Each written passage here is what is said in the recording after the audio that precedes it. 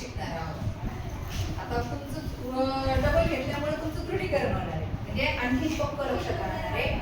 बघा, ज्या संख्येच्या एकक स्थानी 5 असेल, काय म्हणतो बघा, ज्या संख्येच्या एकक स्थानी 5 हा अंक असेल तर त्याचा वर्ग कसं काढायचं याची सोपी ट्रिक्स आपण शिकणार आहोत. 5 चा वर्ग 25. तुम्हाला पाठच आहे 5 चा वर्ग 25. आता 5 इथं 5 आला पाहिजे असा अंक 15. 15 चा वर्ग 225. आता डायरेक्ट 15 चा वर्ग सांगण्यापेक्षा 5 चा वर्ग 25 आणि 1 च्या पुढचा अंक 2 गुणिले 1 बेक म्हणजे किती आलं 225. आता पुढचा 5 असलेला अंक 25 बरोबर आहे. आता 5 चा वर्ग 25. 2 च्या पुढचा अंक 3. लक्ष द्या, 2 च्या पुढचा अंक 3 गुणिले 2 3 दुनी 6 किती आलं 25. किती सोपी पद्धत आहे. आणि हाच गुणाकार जर आपण इथं असं करत बसलो 25 गुणिले 25 तर बघा किती आपला खूप सारा टाइम जाणार आहे, वेळ जाणार आहे. आणि आपल्याला परीक्षेमध्ये काय महत्त्वाचा असतो, वेळ महत्त्वाचा असतो. आपल्याला टाइम पुरत नाही, म्हणून जर आपण अशा वेगवेगळ्या ट्रिक्स वापरल्या.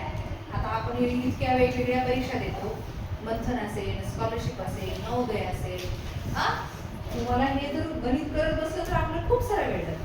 आणि ही जर टेक्निक माहित असेल तर आपला वेळ जाणार नाही, निश्चितच आपला वेळ वाचणार आहे. आता शिक्षकांना सुद्धा वेगवेगळ्या परीक्षा आहेत, टीईटी सारखी परीक्षा आहे, सीटीईटी सारख्या परीक्षा आहेत. जे मुलं एमपीएससी यूपीएससी करतात त्यांना सुद्धा असे वेगवेगळे प्रश्न येत असतात.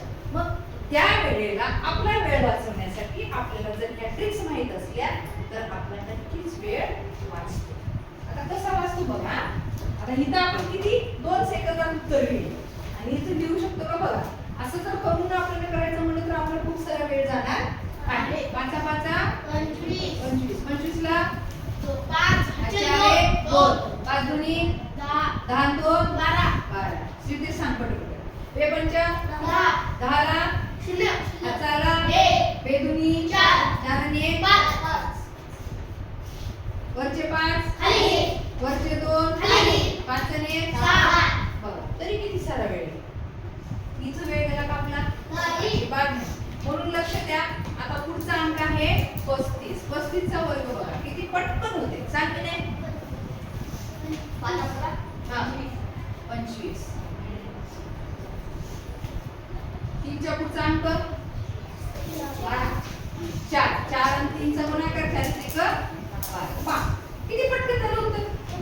2 सेकंदात आपण उत्तर. टीव्ही मी एकदा विचारलं म्हणून वेळ गेला आणि मी लिहिलं असतं तर डायरेक्ट उत्तर लिहिलं असतं. पुढचा अंक 45.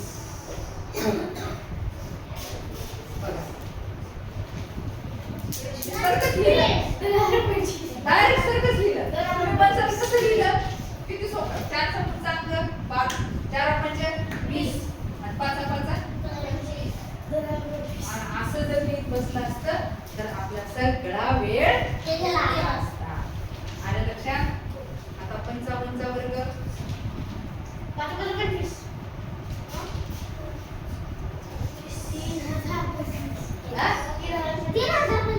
25 आणि 5 5 25.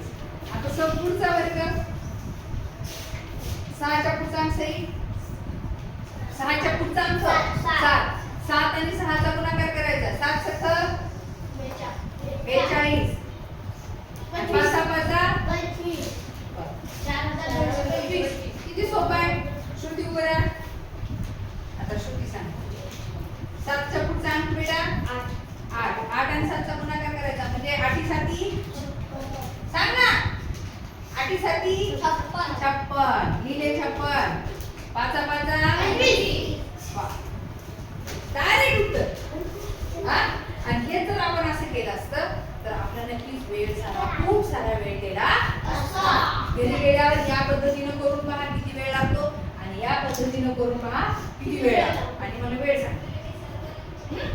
आता पुढचा अंक 85. कोण सांगते.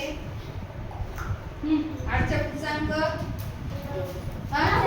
9. 9 आणि 8चा गुणाकार 9 8 72.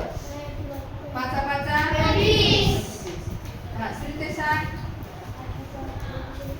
9020. Very good. बघा इतकी छान आणि सोपी पद्धत आहे.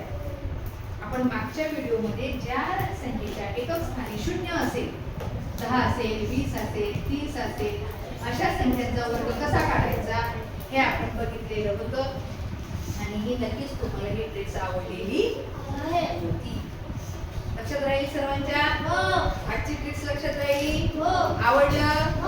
छान. वाजवा टाळ्या. आता लिहून घ्या सर्वांनी.